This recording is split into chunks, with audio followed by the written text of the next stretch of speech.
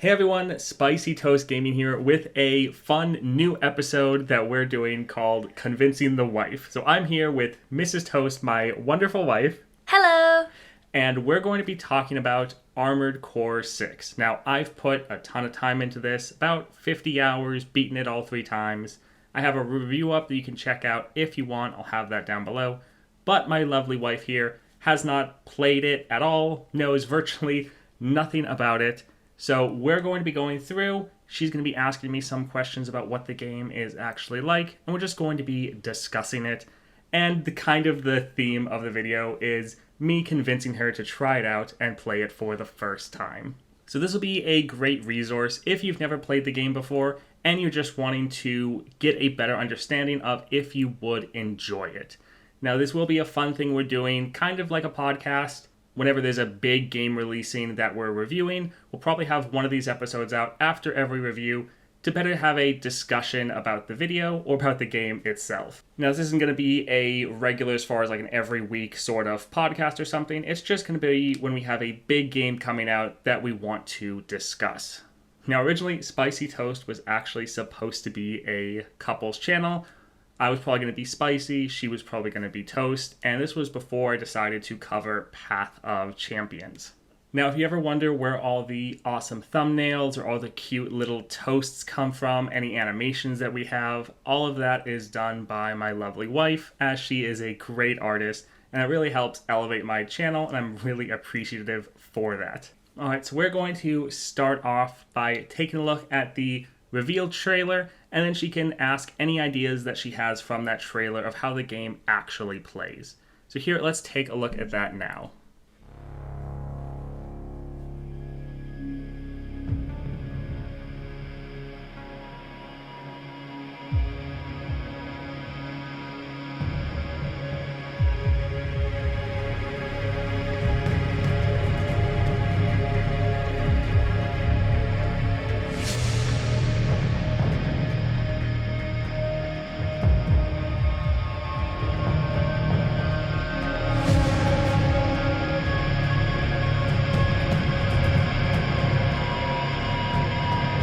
Is that supposed to be like a nuke? No, those are the fighters of Rubicon.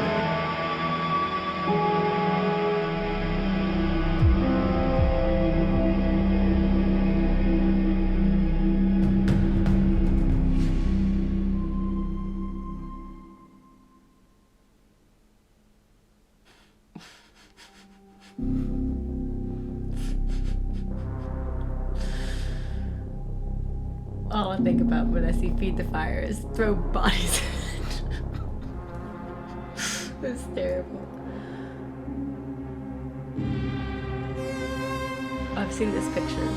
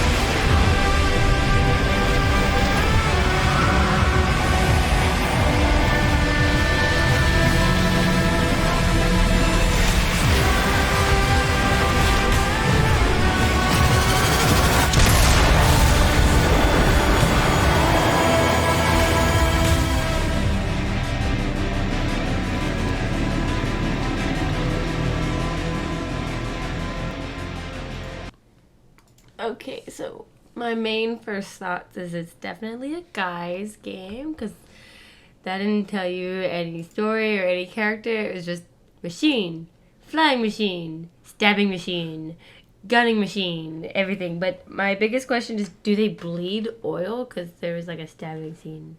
Do they bleed oil? Is that what it is?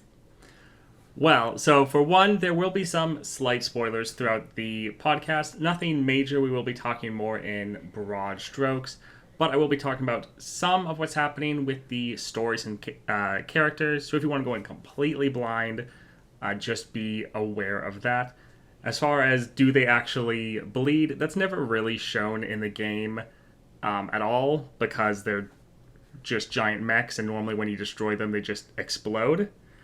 So I didn't notice any oil in the trailer. You didn't see that? I didn't really notice it, but that is something that's not really shown in the game at all. It was a very up close and personal scene of him grabbing a pointy knife back, and it was dripping in oil. Oh, I just noticed the pointy knife. That's Okay. called a pile bunker, by the way. And It's Okay. really, really good. Okay. So that was the reveal trailer, and no, that wasn't a nuke. Technically, what's going on is there's a substance on this planet that's called coral, and everyone wants it. That being said, coral can explode and is highly volatile.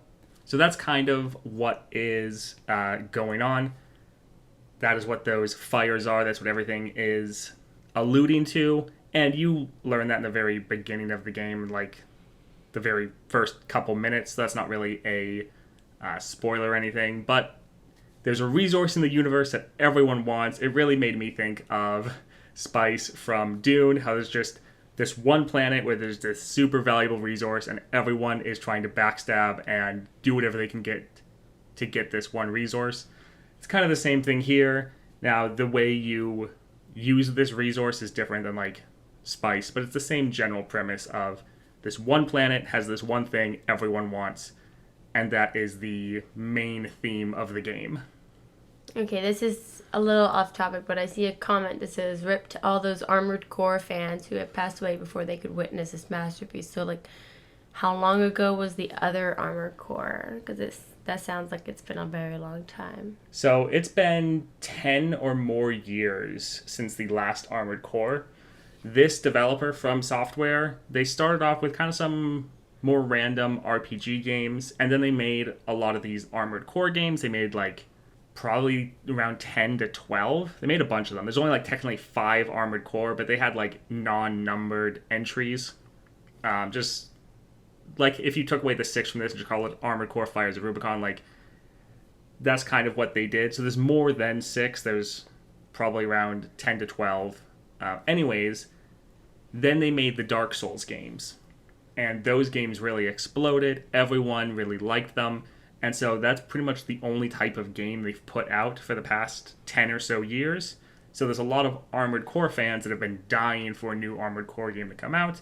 And this is finally that game. Okay. Well, I guess we could talk about story. In general, what's the story? What's the purpose of playing the machine other than destroying other machines? Well, for one, I will say that the machine or your mech or Armored Core, that's what all they're called. They shorten everything to acronyms, so everyone calls them ACs in the universe. But you can fully customize that and tweak it to make your own, so you're not like just playing, oh, this machine. You can make it your machine, your Armored Core, whatever you want to be doing. But the general premise of the story is you crash land on this planet, and then you're working as a independent mercenary. So you're taking jobs from all of the different factions on the planet. There's 2 really big mega corporations that have different like little subsidiaries. And then there is kind of a resistance group of the locals of the planet that are trying to fight for their independence and don't like it being ruled by all these other people. So you're going to take jobs from all of them. And it's really interesting the fact that you're not really loyal to one side. You're getting to see how the story unfolds from all sides of the conflict. And it's really interesting playing this just independent mercenary where you're just going where the money is. And it doesn't really matter. You don't necessarily have loyalty to anyone. And I've never really played a game like that. I know most of the Armored Core, they were those same types of games. I never really played any of the other ones. So it's normal for these games for you to be that independent mercenary, taking jobs from everyone. But for me, this is the first type of game like that I've played. And I think it's a really compelling way to see the story and not just, oh, we're on this one side and the other people are the bad side and we're just always sticking with that narrative. It's really quite interesting and refreshing.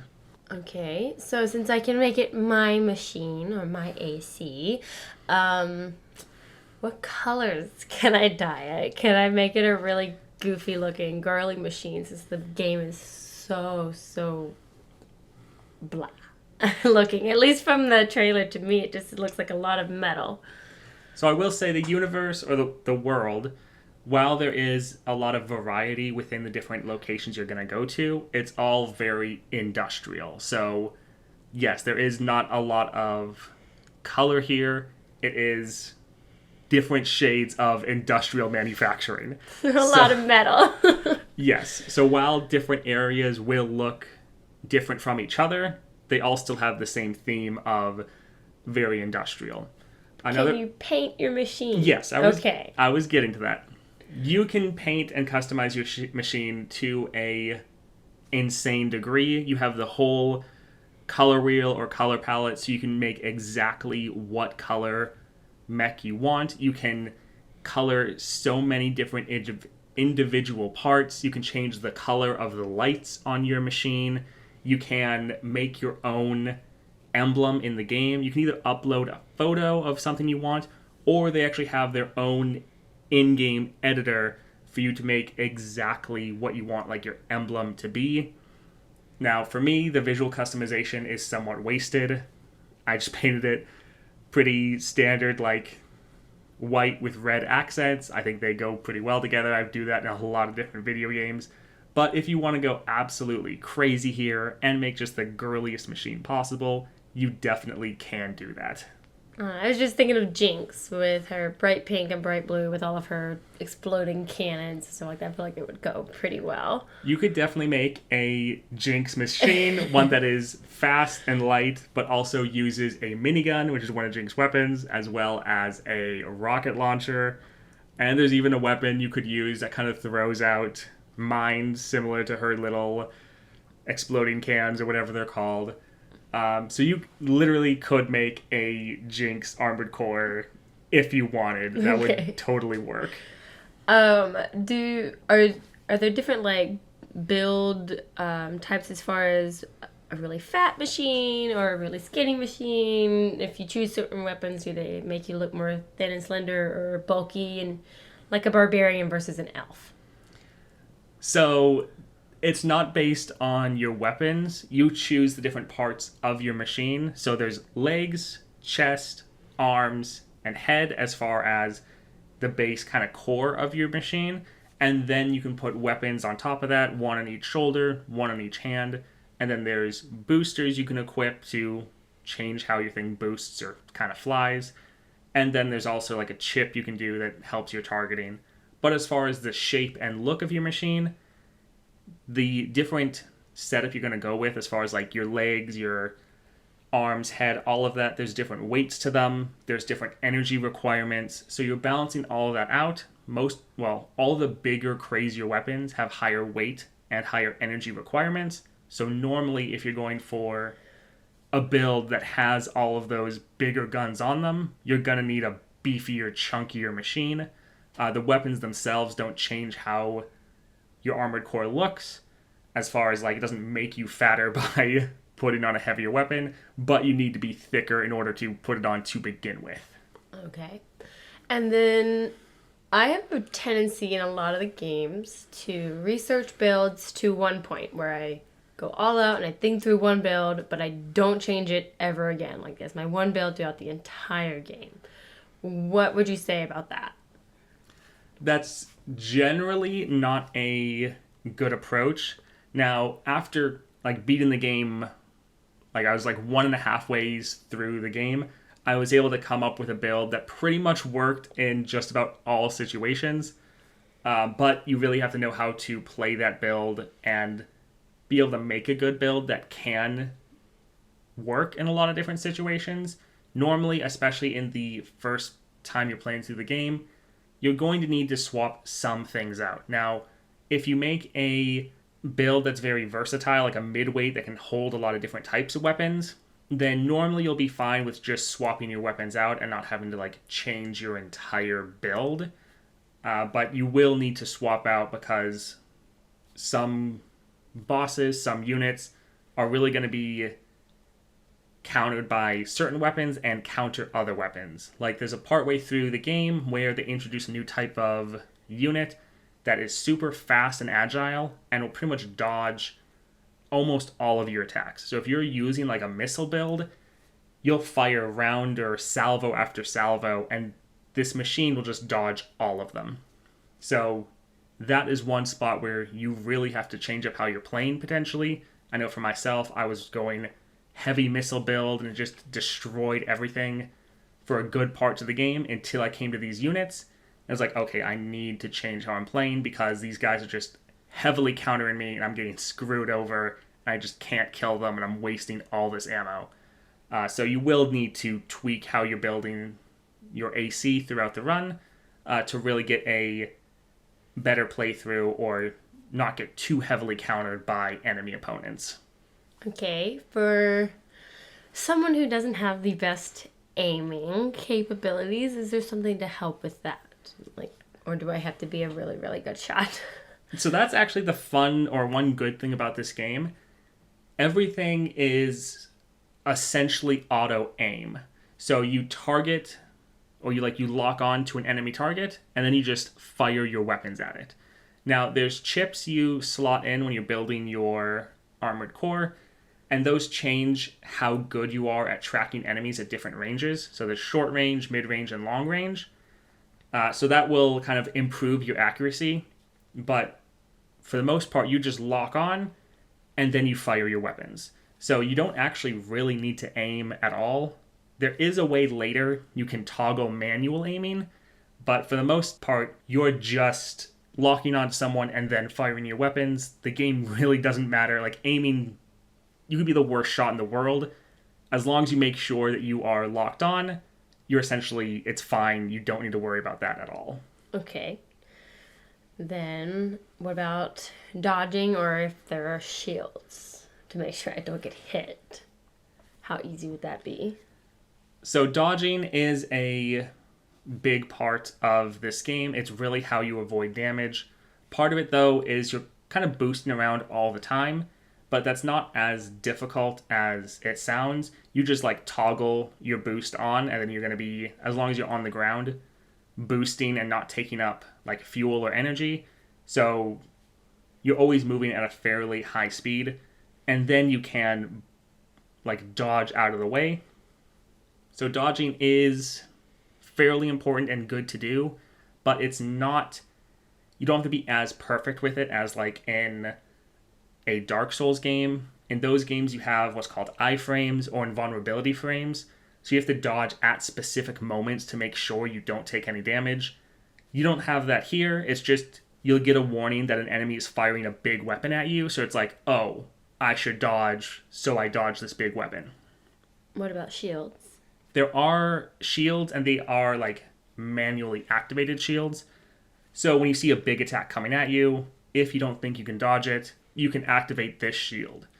Would it be I put the shield in front of me and I block it, it's a big piece of metal, or is it a bubble force field shield?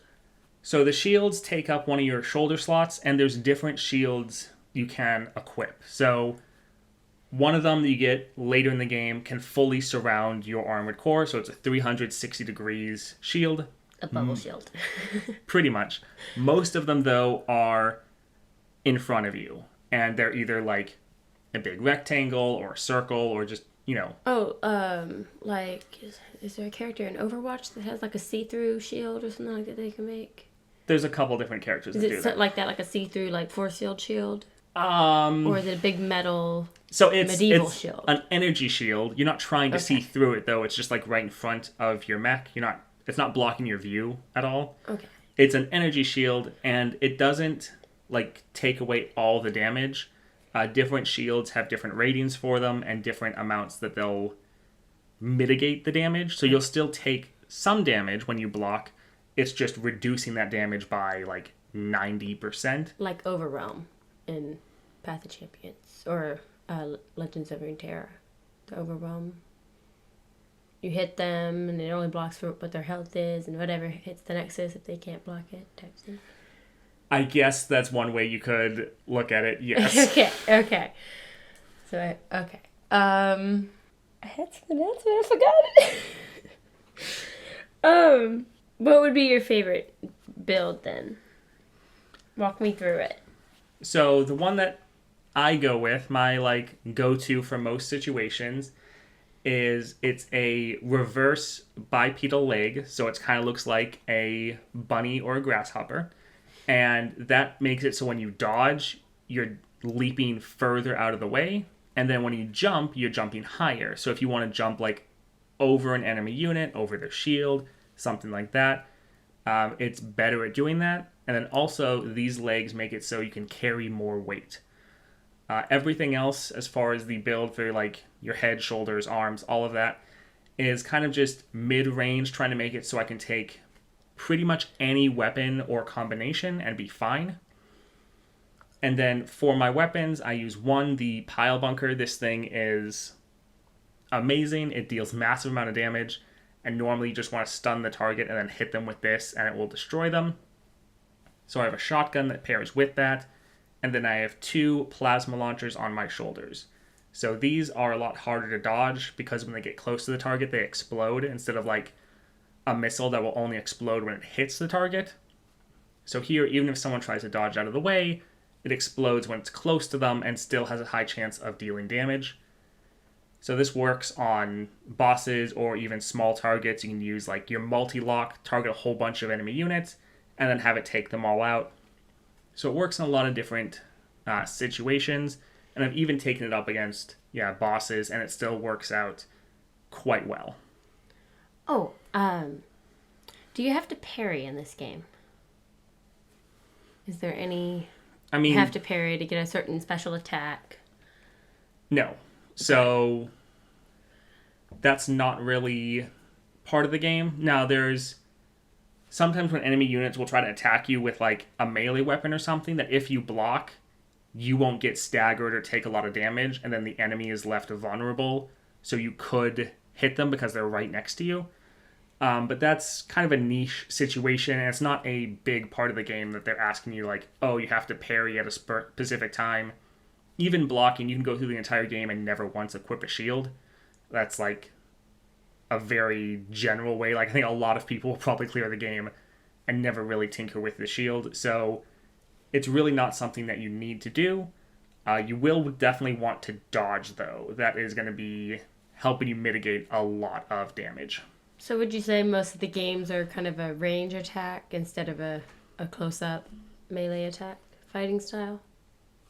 It's up to you on how you want to build your armored core. As far as most enemies, yes, are going to be more at range, and they're not going to be trying to attack you with a melee attack. Now, there's going to be some that will, but that is the minority. Most of the time, it's just shooting, and you can build your armored core to be up close and personal, or you can try to be more long-range artillery, or a combination of both. All of that is very valid. So I could make a barbarian type mag, right? Kind of. Would it fail in most of the fights, though? So you can only equip one melee weapon at a time. So if you wanted to run with all melee weapons, then no, that won't really work.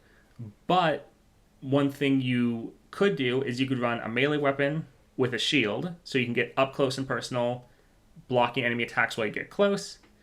But then you could also run with close range weapons like shotguns or stuff like that, so you're still up in the people's face, as well as then just smashing them with your big weapons whenever it comes off cooldown. Okay. All right, let's take a look at the story trailer, and then let's take a look at the gameplay trailer. You again. You know, I'm not exactly craving company here.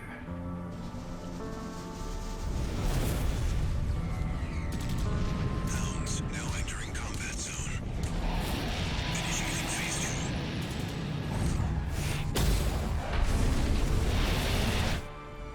So, what happened to 617 and the others? Fill me in, Admiral Walter.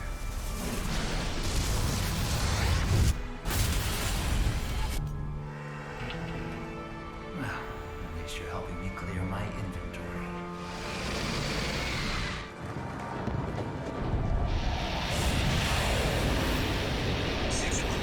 Vital signs lost.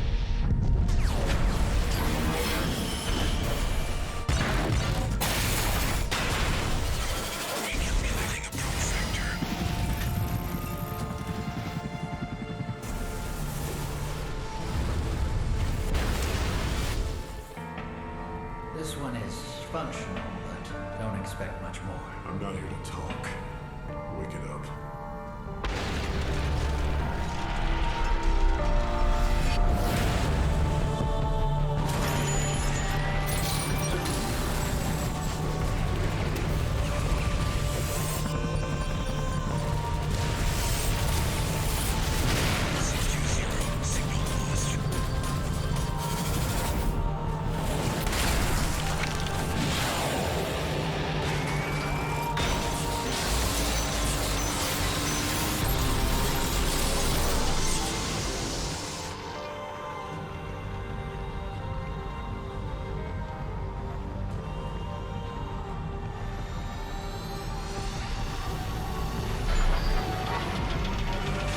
Updating target parameters. Phase 3, pattern E.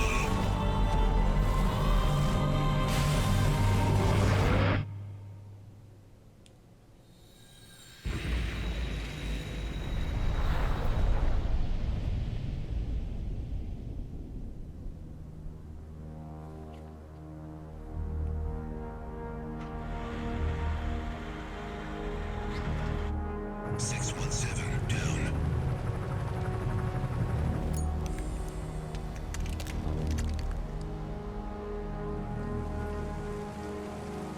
Reporting to Handler Walter. Mission complete. 621. I'll give you a reason to exist. Let's get to work. All right, that was actually quite interesting. So even though I've played and beaten the game, I've actually didn't see most of these trailers beforehand. That was actually quite interesting. What questions do you have about it? Are we humans inside machines? Because it looked like there were people like on the medical like bed, but then if we're not inside the machines, how are we controlling the machines? So pretty much everyone controlling the machines is a augmented human, and there's different stages of this augmentation. So you are a stage 4 augmented human. So kind of with some of these augments, you have lost part of your humanity somewhat, or at least especially the earlier stages. I think based on the game that you are inside the mech and controlling it from the inside. But again, all of these different pilots, they are all augmented in different ways. They don't necessarily go into detail on what those augments are, but especially the earlier models, they say that they kind of lost their humanity. And with some of the later stages, they are closer to being human. But yeah, you're definitely have some issues. So kind of like a combination of Pacific Rim and RoboCop, where like you're a man with machine, but you're also still in the machine controlling it. I think that is probably a pretty good analogy. Okay. Is 621 us? That machine that they talked about at the end? Yes, so 621 is your character. Okay. And it is mentioned several times throughout the story of like, hey, what happened to all the numbers before 621? Mm-hmm. So in this trailer, you see some of what was happening to the earlier hounds, which is quite interesting to see. And a lot of what you're seeing within this trailer are actually bosses within the game that you'll actually be able to fight, which is really interesting to see that they implemented it so well. Sometimes trailers can be a little misleading with showing you something really cool and then you don't actually see it in game. Here though, what you're seeing and some of the tactics they're using is actually what happens in the game, which is really cool to see in this trailer. Yeah, I noticed some of those energy shields you were talking about. So the biggest question I have about story, not about the content of the story, but how it's done, is do you hear the story in the missions kind of like an old 007 game of mine that I played, where every time you started the mission, they said the exact same words, and every time you got so far into the mission, they said the exact same words again, no matter how many times you repeat the mission. So, like, I would go through the story of mission 1, mission 2, mission 3, fail mission 3, have to do that one probably 20, 30 times, hear the same lines over and over, forget what was even in mission 1 and 2 because it's been so long since I heard them, but I get annoyed at the story because it's just repetitive. Does it do that where you can't continue the story until you finish that one mission? Yes and no. For the mission, there'll be a briefing beforehand, and then there's different dialogue throughout the mission, and normally some dialogue, at the end. Now, if you keep failing the exact same mission, then yes, the dialogue and stuff within that same mission will be repeated. But once you beat the game, it starts what most people are calling New Game Plus. And then as you're going through, some of the missions that you think you've already beaten before, there'll suddenly be different dialogue. There'll suddenly be new options, new choices that you can make in the middle of a mission. So while you think it's the same mission, technically it's actually slightly different. And so even though you think you're replaying the same mission again, there will be some changes in there that will surprise you. Okay. And then some games have a really bad issue of the person who says this story things and is repeated through failure over and over is probably like the most annoying person in the entire game. Is that the case in this game? Like, am I going to get annoyed at listening to that person's voice over and over? No, one thing that's actually really cool here is that when you die, most of the time it's going to be because of a boss. And the boss will normally have dialogue when you die. But the thing is, the dialogue will change based on what percentage you die at. So if you die in the first beginning of the fight, then they'll say some dialogue. Like there's one part where you're ambushed by individuals that think you're a high wanted target, and if you die right away, then they'll essentially trash talk you and be like, hey, the intel we got was wrong, this person really wasn't hard at all. And so they're essentially trash talking you when you first die. But if you die when it's like the enemy boss is below 50% health, then the dialogue is then going to change. So if you keep dying at the same percentage, then you will hear the same dialogue over and over. That being said, it's not going to be the same person every mission. It's going to be contextual, which is actually really interesting, especially as you're working your way down fighting a boss, especially with the last boss. I noticed this because it's the one I struggled with the longest, essentially, that at different percentages you got different voice lines, and I really like that contextualization or changing of the story every time you died, because it was just a nice change of pace and not something a lot of games do. So what would you say is the most memorable or your favorite voice line that happened when you played?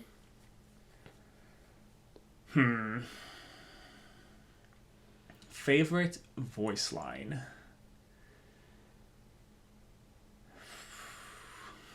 While he's thinking about that, I'm asking because he's played many games when I watch him, and I believe it was Anthem, where he's fighting a bunch of spider creatures, and it's like, you gotta break a few eggs to make an omelet. I don't want that omelet. And it's just like the repetitive part of every time we played that mission. Yeah, I heard that line every single time, and it's just ingrained in my head forever in my memory. Is there one like that in this one? Where if I were to watch you play it, it would be stuck in my head over and over? No, because there's no mission you're playing that repetitively for that to really happen. I'd say I don't really have a specifically favorite voice line, but probably one of my most interesting moments is there's a character that while you're fighting, they will ask you to stop. They're like, hey, let's not do anything too hasty like that. And if you stop attacking them, they will stop attacking you, and they will give you a bribe to not kill them or not defeat them. Now, this was something that I didn't find out until I had already destroyed this person many times before, and I had to look up online how to get one of the unlockables, and I discovered that this was something that happened because I'd heard this person say this voice line over and over again. But you ignored its pleas for help. Yeah, I didn't think that it would actually stop fighting me. But then, yeah, you can actually listen to the person, stop attacking them, and then just get a bribe. And it's really interesting that some of the voice lines aren't just voice lines. You actually, if you pay attention and kind of do what the person is saying, you might actually get some special benefits from it, which I found to be very interesting. And again, not something you see in most games, especially because there wasn't any prompt on the screen. There wasn't anything to let you know. It was just the person saying this voice line where normally if there's someone begging for their life, you just ignore it. But here it's actually, it changes the way you play the game, which is quite interesting. So speaking of ignoring men, do you think this is a story that I would be interested in if I played it, or if it's just a background noise that I do end up ignoring while I just play around with Big Machine? So for me to be clear, I never ignored the voice lines in the fact that I heard them all and I paid attention to them. I just didn't do what they necessarily were asking me to do when I was defeating people. I thought the story was very interesting, and it's kind of like a puzzle or a mystery where they don't give you all the pieces, and as you're playing the game, especially on repeated playthroughs, you're uncovering more and more of the story, and there's going to be question marks as you're playing through the first time of like, what's going on here? What are these random machines? Who's pulling the strings? And it's not until the very end that you're able to answer some of these questions. So I found it very compelling and interesting, but I know there's some people that want more of a straightforward story that just tells them what's going on. You don't really need to be thinking or trying to figure out what's happening. I think you especially would like it because normally when we're watching movies, we're trying to figure out what's going to happen by the end. We're normally not just turning off our brain and letting the movie happen. We're normally like, oh, this is going to happen, and then normally it does. So I think you would definitely really like it. I don't know. It reminds me a lot of Horizon and how you find the little voice lines of little journals and here and there. And I never keep those in my brain, even though there's story elements of like what happened to the people before them. I've never considered them when playing the game. So if it's little snippets like that, I'm probably going to not be able to put the pieces together. So I feel like this would be a kind of a trial and error, see what I would like. I'd have to play it to really know my opinion. I would say there's not as much going on as like in something like Horizon or a lot of other games. A lot of those voice lines are telling you little bits of like many different stories. So there's like over a dozen little stories happening and it's giving you different pieces of it. Whereas here, there's more of like one overarching narrative and a couple different people that are all trying to influence that narrative. So it's much more constrained. And so any information you're getting, I think, is better giving you more context on this world and what's happening. Most of the stuff here isn't very forgettable. It doesn't feel like, oh, this doesn't matter to the overarching narrative. Okay, would I get the story parts every time I play, or are there little things like in Horizon that you have to find on your missions that would tell you the extra story? Because I would be afraid I'd miss something and then not get the piece of the puzzle that would connect parts of the story. So it's a bit of both, but mostly you're going to get it just from playing the game and replaying the game. You're going to get it from audio that you're given throughout the mission that you can't miss. It's just at the different stage of the mission it plays or it happens, and then the briefings before the mission. So there are some small hidden things here or there, but none of that is like super important where nothing's going to make sense without this little piece. And there's definitely not a lot of those, at least not in my opinion. Okay. Who would you say is your favorite character? Do you have one? So probably it was, I think it's R1 Michigan. So Is that another mech? So it's a pilot of another mech. I think their mech was called Liger Tail. they are a nice individual. They're leading one of the like mega corporation. Each one of them has their own in-house AC company, their own, not really mercenaries, but their own pilots that are doing missions. And then sometimes as an independent mercenary, you're tagging along with these different groups. So the leader of one of them is this R1 Michigan, and he's a very interesting character. I like a lot of his dialogue. He respects your character throughout the entire story, no matter what happens. Since you're an independent mercenary and there's different ways the story can unfold, whether you help them or are against them, this character is always giving you enough respect where a lot of the other characters in the game, like my least favorite character, which is V2 Snail, who is one of the head people for the other mega corporations, a lot of them don't respect you as an independent mercenary, even though you're absolutely destroying everything and just kicking ass. A lot of these characters don't respect you, and this was one that no matter what you're doing is always talking down to you and essentially is just a prick the entire story. Now, he's written that way, so you're meant to not like him. But yeah, V2 Snail, like the most annoying character, and then R1 Michigan, I thought was a pretty awesome guy. Most people are going to say V4 Rusty. Everyone, you call him Buddy. He's another fun character in the story, but he's one that you're supposed to be pretty close to at certain parts. But yeah, there's a lot of characters here that are very well done, that even though you never see someone's face or body or anything, you're just hearing their voices, there are characters you will enjoy hanging out with, being in different missions with, and then there's some that you will get annoyed at.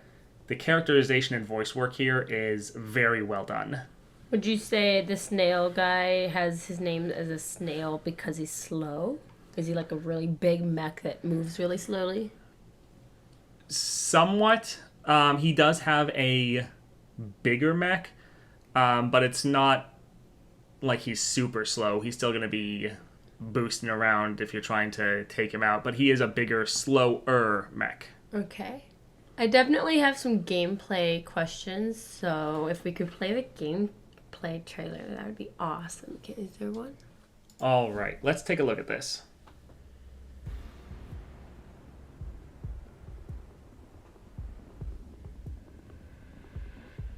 So, is this the beginning of the game?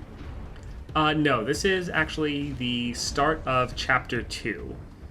And as you can see, it is still very industrial, but Chapter 1 is a lot of ruins of, like, cities, where this chapter, or Chapter 1 is the ruins of a lot of cities, whereas this chapter is more this large-scale factory. So still very industrial, but a different theme of industrial. It also looks like a floating factory. Is it floating or just really tall? So these are all really tall. You can notice at some parts that these are kind of like almost like giant oil rigs where they're on stilts, kind of.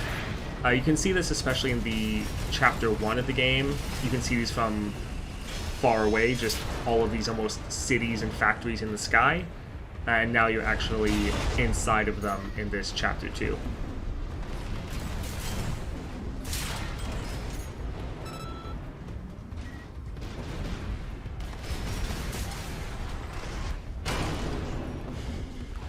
Yes, you can punt things off of ledges. Also in this game, there are a lot of different environments as far as spacing. So here you're about to see a much more close environment where it's a lot more closed in. Now this is going to limit your choice for weapons because especially some missiles like to either go straight up and then lock onto your target or go wide to the side. And that can be helpful, but for some of these smaller environments, you want to have, well, take that into consideration when setting up your build. So I noticed there are no menus on the screen. Is that normal? So there's no UI, but that's just for this trailer. Normally in game, you'll have a couple different things on screen. Your current lock-on that will show you how much ammo you have and all your different weapons.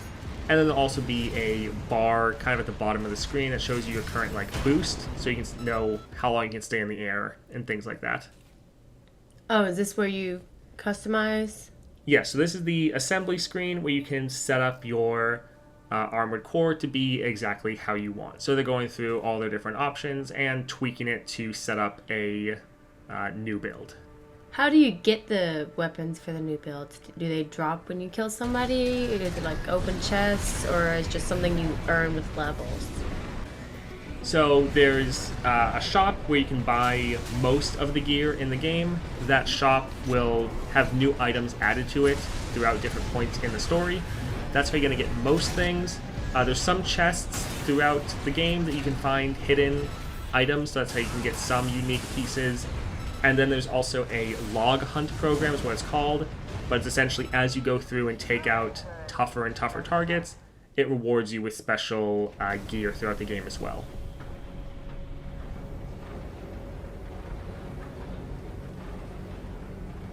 This looks like a battle arena. Yes, so this is one of the bosses in the game. Now this one, very big and slow. A lot of your big, heavy-hitting weapons will be great here. Now there's some faster-moving bosses where using some of those bigger weapons probably is not very smart because they'll probably be able to dodge them, but this boss isn't going to be able to dodge anything. Do you have to throw things in his little chimney stack? Is that how you have to destroy him? Yes, you can't just shoot him if you want, but he has some armor, so that will reduce down the amount of damage he takes. If you float over and shoot down his chimney stack, you will be able to deal more stagger damage to him, and you will be able to kill him faster. That's actually one part of the combat we haven't touched on. So there is a stagger meter. Your weapons, they deal damage, but they also deal impact. Now, as you get more and more impact, you're able to stagger or stun the enemy. And technically, I don't think it's called stagger, but that's the system most of us know it from. And once they're staggered, they're then stunned for a couple seconds, and any damage to them is amplified. So you want to do that to bosses. Shooting down its little chimney stack is how you build that up for that specific boss. But then you can do that against enemies as well. That's a great time to go in with some of your, the pile bunker, that big melee weapon, or any of your melee weapons to just deal a massive amount of damage while they're stunned. Okay. Are there any skill trees or anything like that in this game? Not skill trees. There are some passive perks that you can upgrade that increase the damage you do with different types of weapons, or reduce your damage taken, increase how much you heal when you use one of your little healing packs.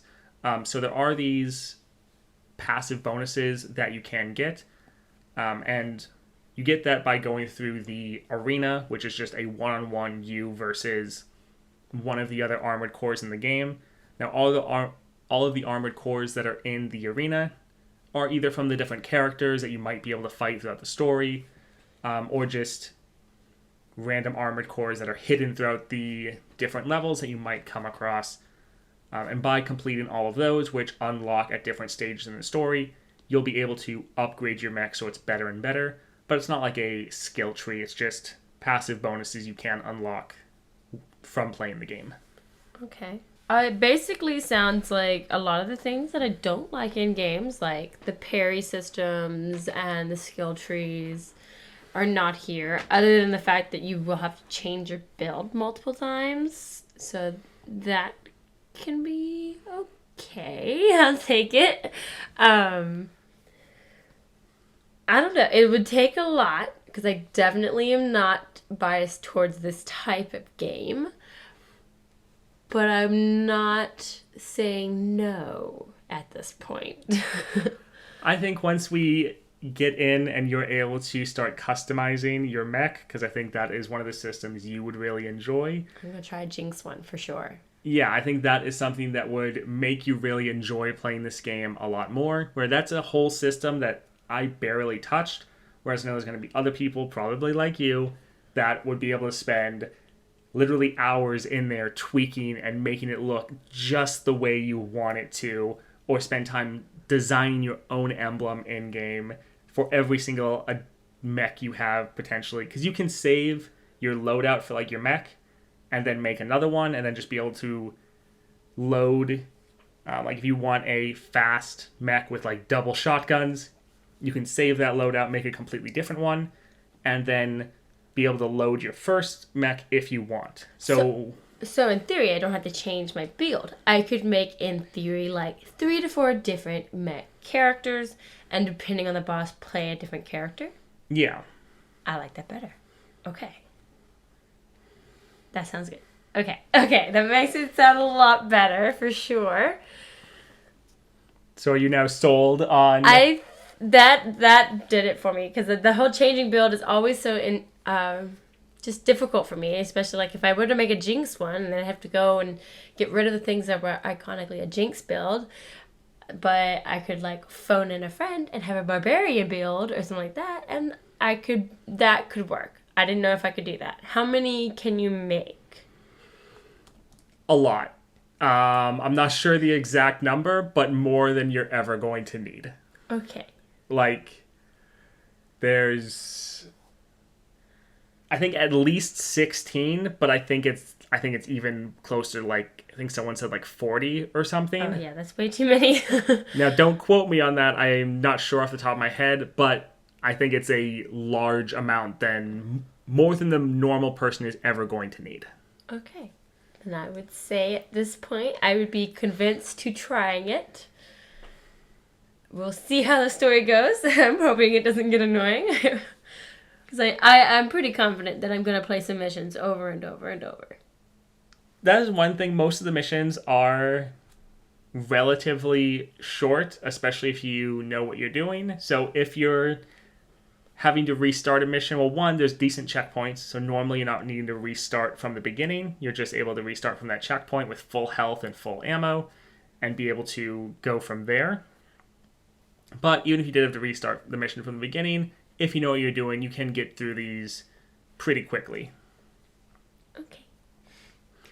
All right, so you're sold on playing the game? I will test it out. I will try it. Okay, I think the first episode of Convincing the Wife is a success. I hope you guys enjoyed that. If you did, like and subscribe, comment down below, and let us know. This is our first episode, and neither one of us have really done this sort of thing before. So, might be a little rough around the edges, but we appreciate you guys watching. If we do it again, I may also get some of you guys to send me some questions to ask, things that you guys would be interested in, to see if we could convince you to try it as well. We are going to be pretty much just doing this when a big game comes out that we want to talk about. Like the next one, Starfield, is coming out this Wednesday. So we'll be I'll be playing that, and then we'll probably do a similar episode later in September talking about that game as well. So potentially, if you have any questions about that, we'll try to get your guys' questions, maybe answer those throughout the next episode. All right, thanks for watching. Hope you guys enjoyed it, and I hope you have a great day. Bye.